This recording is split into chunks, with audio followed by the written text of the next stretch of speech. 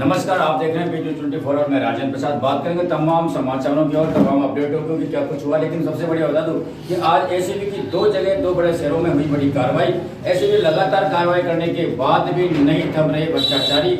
लगातार राजस्व विभाग की पटवारी हो रहे गिरफ्तार, उसके बाद भी कहीं न कहीं वो लोग आज भ्रष्टाचार की ओर लगातार अपना मुंह मोड़े हुए हैं। लेकिन वहीं एसीबी बड़ी कार्रवाई करते हुए इन भ्रष्टाचारियों के गले की फांस बनी हुई है। मैं आपको जानकारी के लिए बता दूं कि आज अलवर और धौलपुर में दो जगह बड़ी एसीबी ने कार्रवाई की और दोनों ही बड़े कार्रवाई करने के होने के बाद मैं जानकारी के लिए हमारे पास बहुत सारी चीजें हैं, हम आपको बारीकी से बताएंगे। लेकिन एसीबी की लगातार कार्रवाई के बाद आप भ्रष्टाचारियों की हिम्मत इतनी बढ़ती नजर आ रही है पूरे प्रदेश के अंदर कि कहीं भी अब वो संतोषजनक लोगों को जवाब नहीं दे पा रहे और एसीबी लगातार कार्रवाई के ऊपर कार्रवाई करती नजर आ रही है। धौलपुर के जाटोली गांव में एसीबी के विद्युत विभाग के सहायक तकनीक को 6000 की रिश्वत लेते हुए गिरफ्तार किया, साथ ही दलाल को गिरफ्तार किया। वहीं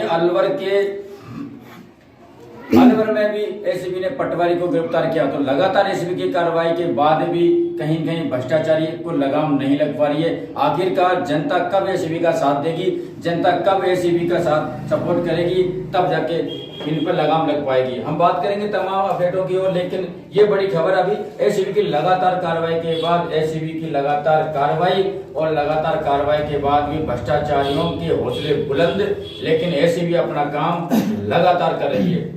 वहीं बामनवास के विधानसभा क्षेत्र के बोली के गुड़ला नदी के पास दो पक्षों में खूनी संघर्ष, दोनों पक्षों के लोग हुए घायल। पीएससी बोली में करवाया गया भर्ती।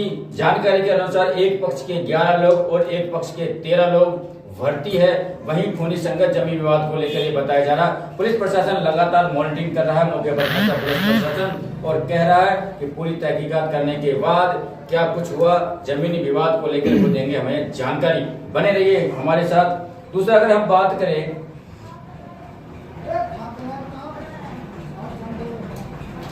आज बामनवास उपखंड में विद्या संबल ग्रेड फैकल्टी को लेकर राज्य सरकार आरक्षण लागू नहीं कर रही है। इसको लेकर सरपंच संघ के साथ में आदिवासी महिला महासभा के नेतृत्व में दिया गया ज्ञापन में उन्होंने बताया गया कि विद्या संबल गैस फैसिलिटी को राज्य सरकार द्वारा आरक्षण लागू नहीं किया गया। अगर आरक्षण लागू नहीं करेगी तो वो बड़ा आंदोलन करेंगे।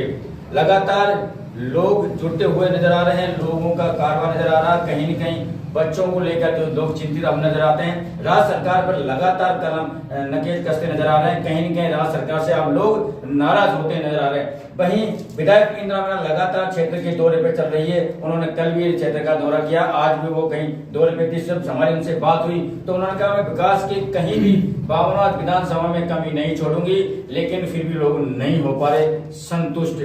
बामनवास पंचायत समिति के वार्ड नंबर 16 के उपचुनाव होने बाकी हैं। बता दूं कि वहां मनराज सैनी नाम के जो सदस्य था उनकी मृत्यु हो गई थी कुछ दिनों पहले और अब उपचुनाव 25 दिसंबर को होने हैं। फॉर्म 14 नवंबर को भर दिए गए हैं और 25 नवंबर को अब इलेक्शन होने हैं। उस इलेक्शन को लेकर दोनों ही पार्टियों ने अपने दमखम से प्रचार प्रसार शुरू कर दिया है और दोनों ही उम्मीदवार अपनी अपनी जीत की घोषणाएं जनता के सामने कर रहे हैं। लगातार मूवमेंट लोगों के साथ बना है। लेकिन मैं जानकारी के लिए आपको बता दूं कि दोनों ही पार्टियों से लोग नाराज होते नजर आ रहे हैं। कहीं विकास को लेकर नाराज है, कहीं अपने आप को पीछे धकेलते हुए नाराज है। कई लोगों ने हमें बताया कि हम उस पार्टी से बिलोंग करते थे, लेकिन हमें बड़े नेताओं ने अलग कर दिया और नए नेताओं को भर्ती कर लिया, जिससे हम कहीं के असंतुष्ट नजर आ रहे हैं। लेकिन दोनों ही पार्टी के कार्यकर्ता लगातार फील्ड पे हैं, लोगों की बात लोगों तक पहुंचा रहे हैं, लोगों की बात वो सुन रहे हैं। लेकिन आने वाले समय में किसके सर पर होगा वार्ड नंबर 16 का ताज,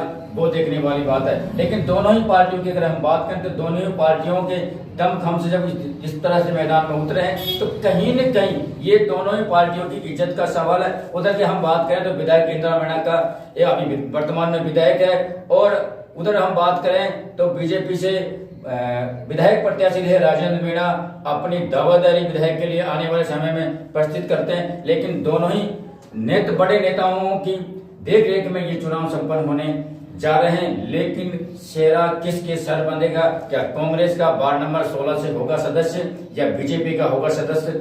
जनता क्या कहनी, क्या कहेगी, किसके सर पर ताज पहनाएगी, वो बात की बात है। जनता की अगर हम बात करें तो किसान लगातार खाद की दिक्कतों को लेकर, खाद की परेशानियों को लेकर अभी भी रूपरेखा कर, जैसे हमने देखा आज सुबह भी जनता बातों में कहती नजर आई कि हमें खाद नहीं मिला, हमें खाद नहीं मिला। पिपलाई में टोकन व्यवस्था करने के बाद भी कुछ किसान ऐसे थे जिनको टोकन तो मिले, लेकिन शाम तक इंतजार करने के बाद भी उनको खाद नहीं मिल पाया। तो वो कहीं न कहीं राजस्थान सरकार को कोस रहे थे, बड़े नेताओं के कोस रहे थे कि जो नेता हमसे वादा करते थे कि हम आपके साथ में हैं, चाहे सुख हो चाहे दुख हो, लेकिन अब वो नेता कहां गए। जब हमको खाद की आवश्यकता थी हमें खाद नहीं मिला, हमें बीज की आवश्यकता थी हमें बीज नहीं मिला, और जब हमें बिजली की आवश्यकता है हमें बिजली नहीं मिलेगी। तो कहीं न कहीं किसान भी परेशान है और आने वाले समय में क्या कुछ होने वाला। वहीं हमारी कई विभागों से बात हुई, अधिकारियों से बात हुई, तो अधिकारियों ने कहा 18 नवंबर तक फिर रेक खाद की रेक आने वाली है और जो किसान छूट गए थे सभी किसानों को भरपूर मात्रा में खाद मिलेगा, कहीं भी परेशानी होने की आवश्यकता नहीं है। लेकिन बड़ी बात यह है कि जिन किसानों को कल सुबह लाइन में लगा दिया गया था खाद की उम्मीद के लेके और टोकन व्यवस्था उन्होंने कर दी गई थी, लेकिन जो किसानों को टोकन मिल गया था उसके बाद उनको खाद नहीं मिला और संबंधित विभाग के कर्मचारियों और अधिकारियों ने ये बोला था कि जिन किसानों को टोकन मिल गया उनको खाद मिलेगा, चाहे कहीं से भी हम दिलाए। लेकिन शाम ढलते ढलते उन टोकन वाले किसान भटकते नजर आए और टोकनों को लेकर वो दिखाते नजर आए कि मेरे पास एक टोकन है, मेरे पास 2 टोकन है, फिर भी उनको खाद नहीं मिला। आखिरकार जो बड़ी मात्रा में कल पिपलाई के अंदर खाद आया था वो खाद गया तो कहां गया और किसके पास गया, इसकी कोई सूचना देने वाला नहीं है और इसका कोई जवाब देने वाला नहीं। उधर हम पाटोदा की बात करें तो पाटोदा के किसानों रात को 9 बजे तक थाने में लाइन लगी हुई थी किसानों को खाद के लिए, लेकिन वहां भी किसान असंतुष्ट नजर आए। जब किसानों को साल में 2 बार खाद की आवश्यकता की पड़ती है, खाद के साथ बीज की आवश्यकता पड़ती है और सरकार और बड़े नेता भामाशाह कार्यकर्ता हमेशा किसानों के साथ देने की बात करते हैं और किसानों को समय पर खाद और बीज उपलब्ध नहीं करवा पाते।